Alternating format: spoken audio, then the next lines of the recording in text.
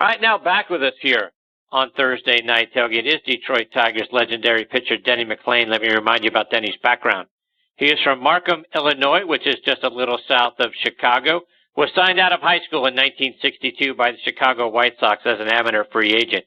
In his minor league debut, no less, threw a no-hitter against the Salem Rebels, striking out 16. Back in the early 60s, players that had 1 year of service who were not brought up to the major leagues were subject to a new draft, essentially becoming what's now Rule 5 draftees or free agents.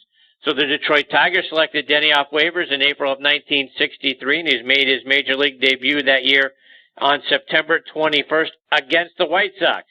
After spending a couple of seasons down in the minor leagues, he was recalled in 1965 and set a major league record for relief pitchers when he struck out 7 consecutive batters after coming in the first inning in relief of Tiger starter Dave Wickersham. Fast forward to 1968 when he started a league-high 41 games and finished a remarkable 28 of them. He became the last pitcher to win 30 games or more in a season, and he won the Cy Young Award and MVP with his 31-6 record and a 1.96 ERA. He would go on to win the AL Young Award again the following year in 1969 when he won 24 games. In all, he pitched in the major leagues from 1963 to 1972. He amassed 131 and 91 record with an ERA of 3.39, started 264 games, and completed an amazing 105 of them. And we are honored he is back with us again tonight here on Thursday Night Tailgate. Hey, Denny, Chris, and Bob, thanks for coming back on the show. Hey, Denny. Gentlemen, my pleasure. Good evening. How's everybody? We're great, fantastic, Denny. How have you been? Okay. All right. We doing a lot of traveling this summer, of course, like we do every year with all the shows that are around the country. And in fact, this week we're going to be in Toledo, right down the road from us for a change, instead of these 14-hour trips this weekend to Toledo on Friday night.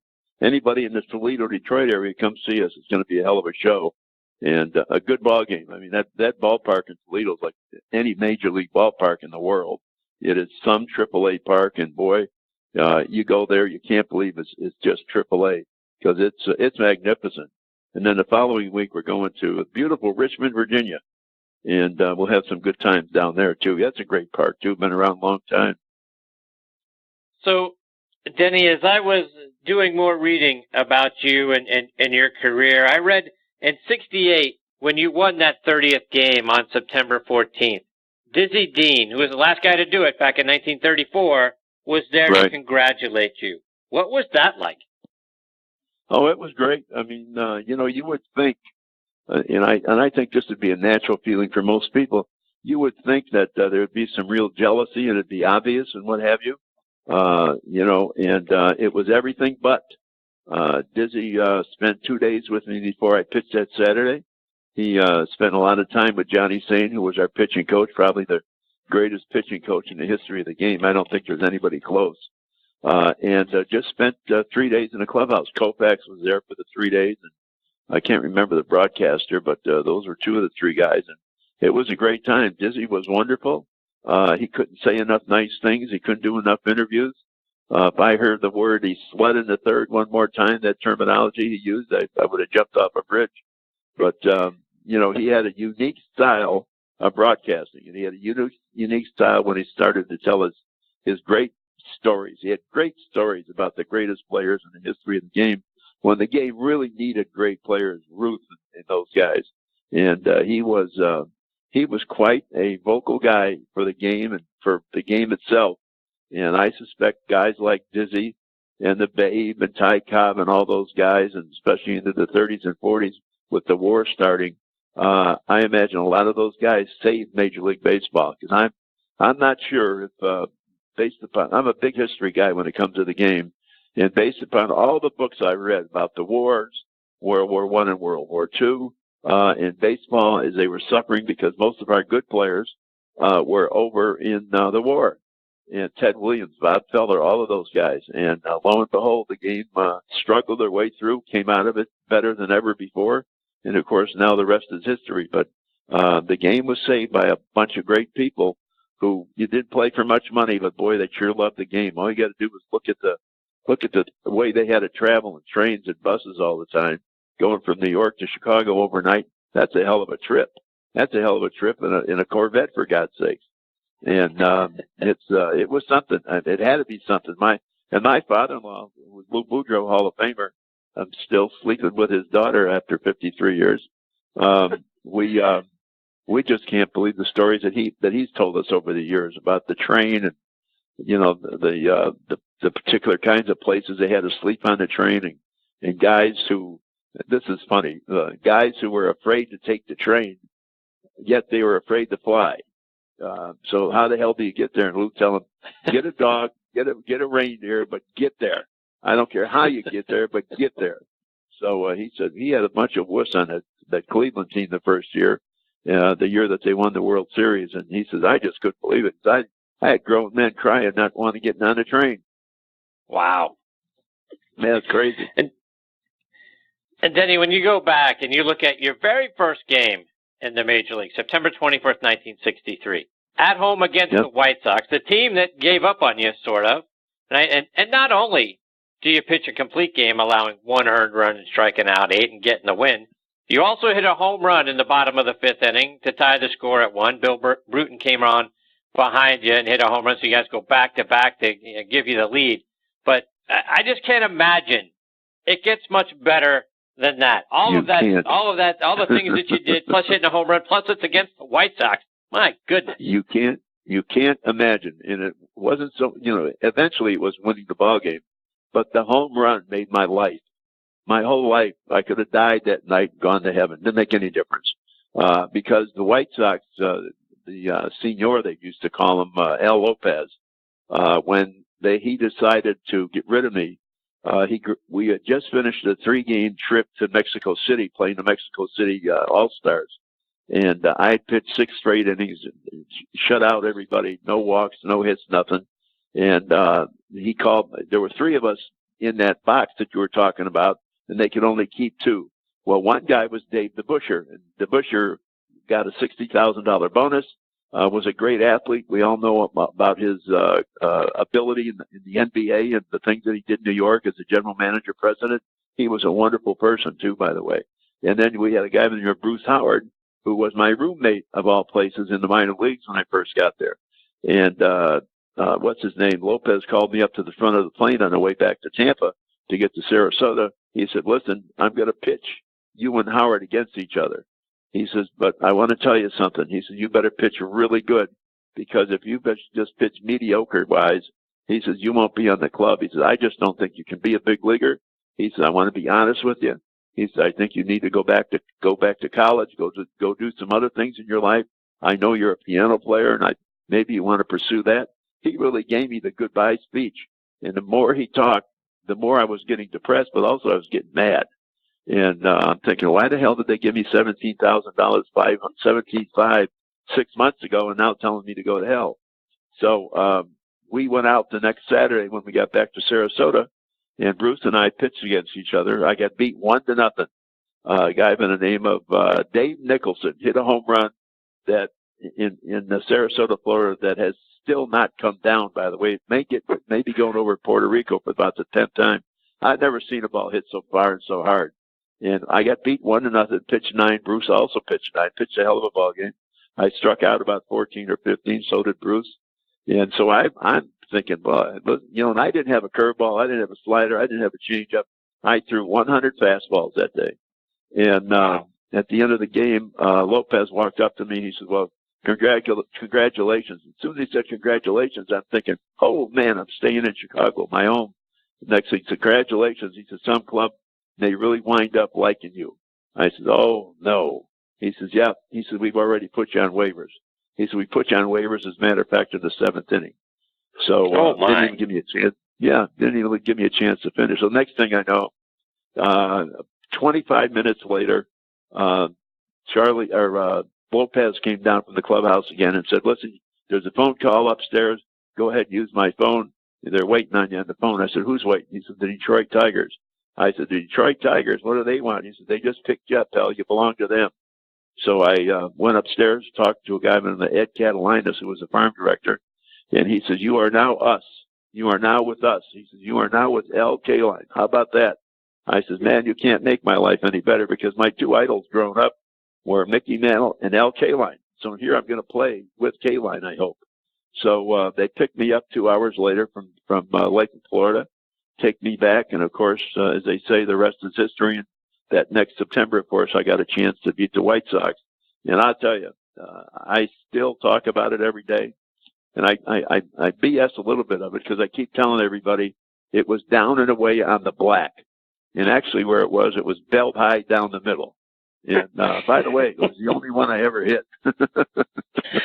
So I was not exactly, Mickey Mantle hitting home runs. But boy, that was my crowning moment at the time. Bob, questions for Denny? Denny, it's hard for me to imagine it's been 50 years and since that magical 68 season. I was a young kid, but I still do remember it. Anyone that was above the age of kindergarten probably remembers it. It was just amazing. And I'm just wondering, do they commemorate it a lot of where you're traveling these days? I mean, to me, that's... Yep. Almost every club this summer that we've gone into, they've made a little bit of a hell of a blue about it. This coming up weekend, well, besides Friday, I think they're doing something in Toledo, but in a couple of weeks, September 7th, 8th, and 9th, they're having a 3-day celebration for the 68 Tigers. I think they're bringing in the Cardinals, too, by the way. And they're having dinners and luncheons every day, going to the ballpark every night, just fraternizing with the other team for the 3 days. Just a great time. And the Tigers are introducing all the players every night. Every player is going to throw out a ball over the next 3 days and over those 3 days. And just a lot of gifts for the public. All the people who supported us all these years and some who weren't even born yet will be there. But yeah, you're right. It's been 50 years. This is the 50th year. And and by the way, it's something I think those of us that stayed in Detroit, we're very proud of what happened. 67 in Detroit was the season of riots. We had riots all over this country. Detroit, we had 42 people get killed.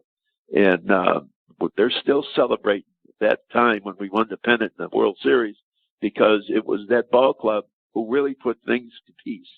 Everybody had something to cheer for besides having race riots. And fortunately, without going into all the details, everything worked out. And for 5 to 10 years, this town was the place you wanted to be.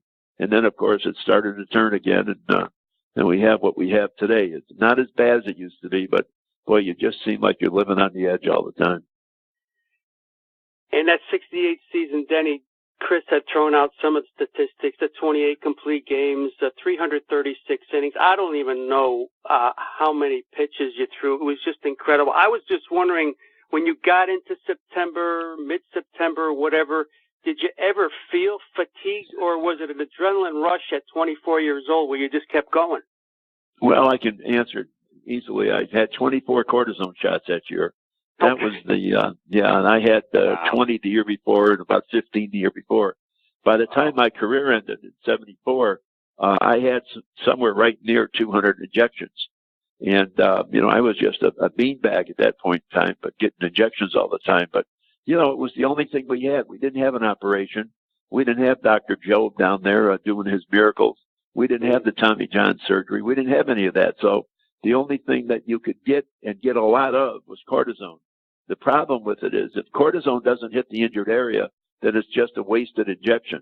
And I would say at least 50 or 60% of the hits I got were, in fact, they missed the mark.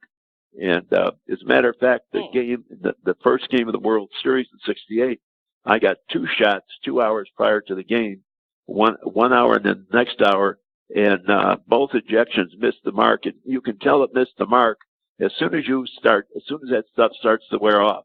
If you could feel it right away, like by the second or third inning, it missed. And that was hell. Of course, we ran into Gibson that day. He struck out 17. But the 6th game, when I pitched my third time during that series, we had it all back together. We won big that day. But I got 2 or 3 shots that morning of the ball game and never felt the thing until about the 6th inning. And then it was too late because I think we had scored about 13 or 14 runs.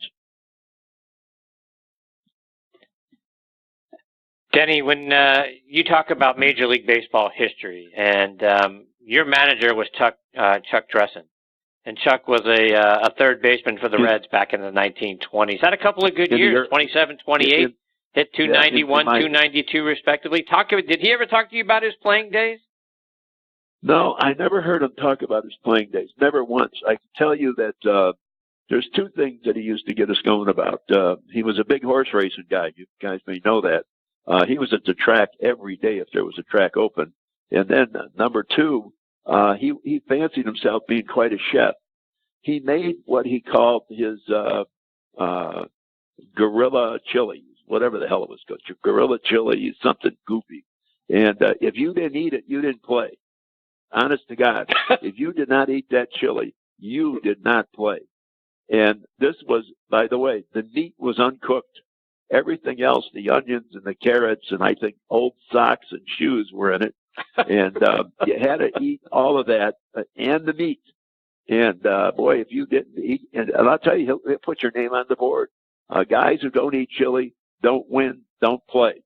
And if your name was up there, you knew you weren't playing unless it was K-Line or Cash or somebody like that. And then, of course, they played every day anyway. They played when they wanted to play, which is good. And but Charlie, I had three managers. Jim Campbell, who was the president general manager, speaking of Charlie, Charlie taught me a lot about pitching when I first got to the big leagues. Charlie liked, the only reason I got up there was a transition going on with Detroit. And number two, he loved overhand throwers, loved overhand fastballs. He brought up Koufax and a bunch of other guys. And he told me when I got there, he says, you are going to be my 25-game winner. You watch. And he says, because I'm going to teach you how to throw that curveball. I'm going to teach you how to throw that changeup. He says, in 2-3 years, we'll have ourselves a pitcher. And, a year later, I had a pretty good changeup. My curveball didn't get a lot better until Johnny Saint got there. But at that point in time, it was about time. And but Charlie taught me an awful lot about pitching, especially the changeup, because his ace, the ace that he always bragged about besides Koufax, was Johnny Padres. Johnny Padres may have had the best changeup in the history of Major League Baseball. And I know a lot of people out there have never seen Johnny pitch because it was a long time ago. But when I saw him throw his changeup, you could not tell. You just thought he was throwing another fastball, and he wasn't. He just had that kind of ability and was a great pitcher. I mean, he won. Charlie picked him when he was managing the Dodgers. He picked him to pitch one of the big ball games. I think it was against the Giants, and Johnny went out there. I think threw a 1 or 2 hitter shutout. So Johnny was a hell of a pitcher. We had him in Detroit for a while too, and a good guy, just one of the guys all the way. But during that transition period, boy, we saw a lot of people come and go. The Billy Brutons, as who you mentioned earlier, that we hit the back-to-back home runs, and other guys, Larry Sherry, Don Sherry, the singer, I think. We had everybody. It was just unbelievable. And then all of us came out of the minor leagues all together finally. Myself, Willie Horton, Gates Brown, Jimmy Northrup, Mickey Stanley. These were all of us coming up within 3 or 4 months of each other. Our whole club came together in 64, 65. And Denny, I want to go back to that 68 World Series because when you came in to start in Game 6, you're coming off 2 days rest to pitch that game, and the Tigers are trailing 3-2 coming into that game. So now, not only are you coming in a deficit, but you're coming in on a 2-day rest to have to pitch that game with all the pressure squarely on your shoulders. What was it like having to do that? I'll tell you, like I said earlier, I got 2 or 3 shots over a period of time that morning. And I was just hoping they hit the spot. That's all I could tell you. Because I know if they hit the spot, I'd be nice and loose by the end of the first or second inning. And fortunately, they hit it, and I was okay. But I never got nervous very much when I played. I loved the game. Nobody, and I mean this from the bottom of my heart, nobody enjoyed the one-on-one confrontation more than I did in this game. Nobody. I mean, I'd go out there today if I could throw 50 feet right now and do the same thing. I loved it one-on-one. And that was what I was most proud of, just being able to go out there and challenge these guys and play the game. But the 6th game, and the last thing Johnny Saint and Charlie said to me, he says, I don't think we have to tell you. I said, what? He said, you won 31 games. I said, yeah. He says, but I got news for you. If you don't win the next one, none of it means a damn thing. I said, you don't have. I said, by the way, if I lose this game, you will have the first pitcher in the history of Major League Baseball that goes MIA during the winter. Denny, before we let you go, remind our listeners again where they can catch up with you, where you're going to be, and then how they can follow you, whether it's online or over social media. Great. You know, I'm on Facebook a lot, Denny McLain Facebook, so you can always catch us there and find out where we're going to be. And give us a call once in a while. We got telephone numbers up there and everything else. And if we can help you with anything, we do a lot of charity work. So if there's anything we can do to help your auctions, things like that, please give us a call. And if you're in the Toledo area this weekend, come on down and say hello. That's tomorrow, by the way. That's tomorrow in Toledo. So if you get a chance, come see us. And you two guys, it's always fun to be with you guys because you let us rip, and that's a good thing. Oh, we hope to continue to do that. Absolutely. We hope you'll come back and join us again real soon, Denny. It's always fun for us to listen to your stories. You're fantastic. Sure will. Anytime, give me a call anytime you need me. Thank you, Denny. Take care, Denny. Good luck. All the best to you and your family. We'll look forward to having you back on soon. Thank you very much. Bye-bye. Take care. That is Detroit Tigers legend Denny McLain. And Bob, I mean, I can't even imagine. We haven't obviously nearly scratched the surface of the stories that Denny has over the course of his career and how great a player that he was. But first of all, hopefully we get to have him back on the show again real soon. But to think about all the things that he did in his career, right? And again, all of the complete games. And, I just can't imagine what it was like that first game against the team that gave up on you to pitch a complete game, get the win, and you hit a home run against them too. That's unbelievable. It doesn't get any better. To his point, you can die and go to heaven after that game. What an outstanding way to kickstart your career. He is some type of storyteller, Chris. And as I'm looking at his stats, there are records that he had that just will not ever be approached. I mean, 55 wins in 2 seasons. I just don't see anyone being able to do that. The 20-plus complete games in back-to-back years, never again. And 325-plus innings in back-to-back. These are things we're talking to a legend here. And I've talked to him and Gates Brown and the stories that they had about those 68 Tiger teams, Mickey Lolich and the clubhouse. It was pretty wild, Chris. And that's when I really started sinking my teeth into baseball. He was a major part of it, and to have talked to him 50 years after that, it's such an honor, and it brings a smile to my face. I have tons more to ask him. Yeah, absolutely. So do I. So we got to get him back on the show real soon.